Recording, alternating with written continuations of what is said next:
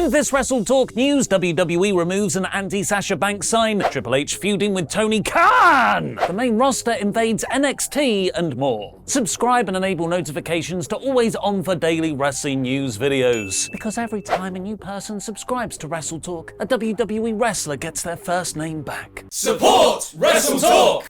Following Johnny Gargano debuting on the main roster with his first name, and Riddle being called Matt Riddle again on Monday's episode of Raw, PW Insider is reporting that Vince's old rule being scrapped is no longer just a theory. See what I did there? As the Money in the Bank holder theory will officially return to using his full ring name of Austin Theory going forward. And to confirm Monday's speculation, Matt Riddle will 100% be using his full name going forward too. It's like every day I'm realizing how insanely we used to live our lives under Vince McMahon. Two dudes getting to be called Matt and Austin shouldn't be such big news. Wonder what's gonna happen to Amos. John Amos. But as the great Triple H giveth, he also taketh awayeth. In the post-match promo following Bianca Belair, Alexa Bliss and Asuka's quick 6-person tag win on Monday's Raw, you can see a sign held up in the front row that reads, "We want Naomi, not Botcher Banks," a reference to the former women's tag team champions Naomi and Sasha Banks, who walked out of the company on the 16th of May episode of Raw, reportedly due to creative frustrations. Many fans have been clamoring for their WWE return ever since, which now seems increasingly likely under Triple H's new regime. Everyone apart from this guy in the front row, who seems to only want Naomi back, criticizing Sasha for making too many mistakes in the ring. But Botcher Banks. It's not even a good pun. Viewers have pointed out on Twitter that Triple H did not like the poor wordplay either, as you can see a security guard sprint over to the front row behind Belair, vault the barricade like he's in a 400-meter steeplechase, and walk off with the confiscated sign in his hand. In a wonderful coincidence, this happens at the exact same time that Belair says damage control in her promo. Oh, it's all a work. This marks a significant shift in WWE's portrayal of Banks and Naomi from Vince's regime, who called them unprofessional on air for walking out. But since then, Triple H has got on the book, and he's likely set to bring Banks and Naomi back in. Removing such a prominently placed Anti-Sasha sign could be Triple H's way to keep Banks sweet, a way to throw us off the scent ahead of an imminent surprise appearance, or, most shockingly, WWE actually being nice and wanting to protect their performers. As of Monday's Raw, Fightful revealed that Banks and Naomi haven't been added to the internal WWE roster, but there have been multiple reports they've all but signed to return to the promotion, because Triple H might have lost the Wednesday night wars, but he damn sure isn't going to lose the Sunday ones.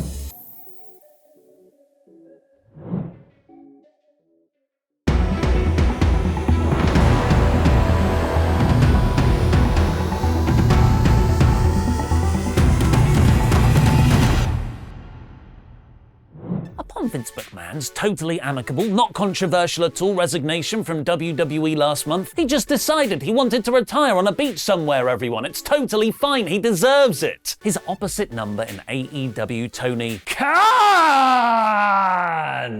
tweeted, "Thanks to you wrestling fans and your great support of AEW, I'm grateful to now be the longest tenured CEO in pro wrestling." That humble brag has aged pretty poorly, as AEW has been plagued with backstage personnel issues in the weeks since, more on which later, and WWE under Triple H's creative control has become the new hit place wrestlers want to go. And the same day that PW Insider speculated that Triple H has deliberately booked NXT's Worlds Collide show for this Sunday, the same day as AEW's All Out, as a receipt for Khan after AEW beat NXT in the Wednesday Night Wars, Triple H has not just thrown all the remnants of NXT UK at the event, but also staged a mini main roster invasion too. On last night's go-home episode of NXT, there were appearances from Raw and SmackDown stars Finn Balor, Doudrop, Nikki ASH, Pete Dunne, Gunther, Rhea Ripley, Shayna Baszler, Ricochet, and Tommaso Ciampa, while most of them were simply cameos, with former NXT and NXT UK champions Balor, Ciampa, Dunne, and Gunther wishing either Bron Breakker or Tyler Bate luck ahead of their title unification match. Several others were actually announced for matches on the card, making NXT Worlds Collide more like actually good Survivor Series. Along with the already announced title unification fights of Breakker vs. Bate, Mandy Rose vs. Blair Davenport vs. Meiko Satomura, and a four-way for the undisputed tag belts, we now have an NXT Women's Tag Team Championship match of Kaden Carter and Katana Chance defending against Nikki ASH and Doudrop, and a mouth-watering North American title clash between Carmelo Hayes and Ricochet. It's by far the best card since NXT's 2.0 rebrand, feeling more like a takeover of old, which, remember, is happening on the same day as All Out. Hardly a coincidence, although it does start earlier that afternoon. Just as a bit of potential booking for the NXT Women's Tag Championships, the original plan for the main roster version was to be defended across all three brands, Raw, SmackDown, and NXT. That stopped happening pretty quickly, so NXT introduced their own version. If Nikki and Doudrop win, that could be a good start towards building an NXT vs WWE Women's Tag Team Championship match for Survivor Series, where you could unify those, chuck in Banks and Naomi's vacated claim 2 while you're at it, to revert back to the original one set of belts for all three brands plan. It's that kind of long-term booking that makes the Triple H regime so exciting, and that already appears to be reflected in the ratings on Raw at least, which pulled in a great 2.1 million viewers number on Monday's Clash at the Castle Go Home episode. The figure was described by Dave Meltzer as a monster number, and it's made the USA Network very, very happy. Fightful is reporting that the station Raw airs on, the USA Network, and that channel's parent company, NBC Universal, are thrilled with WWE's ratings this month, hitting the figures the network originally expected when they signed their deal extension before the pandemic. That the numbers have been consistently strong and not just spiking on the post-SummerSlam show is another promising sign, with one NBC person describing Raw as appointment viewing. This is expected to put WWE in a very good position when they re-enter TV negotiations next year. 2023 could be an even bigger year for wrestling news than this one, with both WWE and AEW's TV contracts both up for renewal. Tony Khan will want to recapture that 2021 magic because right now, AEW is going through a rough patch. To catch you up, here's all the nasty things AEW wrestlers have said about each other in the last 24 hours. Who's got heat? Who's got heat? Who's got heat? Who's got heat? Backstage heat party! First up, Wardlow, who's opened up to Digital Spy about his TNT title victory over MJF at Double or Nothing. All the crap with Max and everything he was pulling, I mean, I showed up that day not knowing if I was wrestling. There's a lot more I could say about it, but I don't want to get angry. But yeah, that should have been one of the best nights of my life, and obviously the outcome was amazing, but I really didn't ever have the opportunity to enjoy it. These comments were over the very real shoot situation that unfolded the previous day, where MJF was considering no-showing the pay-per-view over a contract dispute. Unfortunately, that coincided with the payoff to Wardlow's 3-year-long babyface turn. It's important to note, though, that Wardlow's comments here might be the beginning of a work shoot, with MJF potentially making his return soon. Who's got heat? Who's got heat?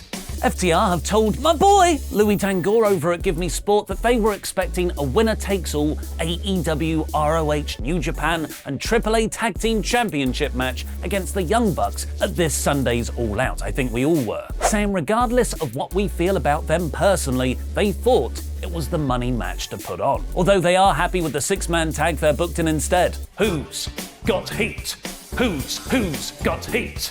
And Sammy Guevara has addressed the rumours of him being difficult to work with in his AEW feuds with Ethan Page and Scorpio Sky, calling them blatant lies in his most recent vlog. The original plan for Guevara at All Out was to face Eddie Kingston, but that match has now been definitely pulled following the backstage clash between the two, which led to Kingston being legitimately suspended behind the scenes. As punishment, Eddie will now have his chest turned into a honey roast ham by Tomohiro Ishii, with Tony Khan announcing Kingston versus Ishii for the All Out pre-show, which is Eddie's first match back after his suspension. Oh my god, I cannot wait for it! Make sure to subscribe to WrestleTalk and our other WrestleTalk podcast channel because we've got live reactions, news and reviews for this big weekend of wrestling. But in the meantime, who really did throw the pie in Kevin Owens' face? Watch on for the 10 biggest unresolved cliffhangers in wrestling.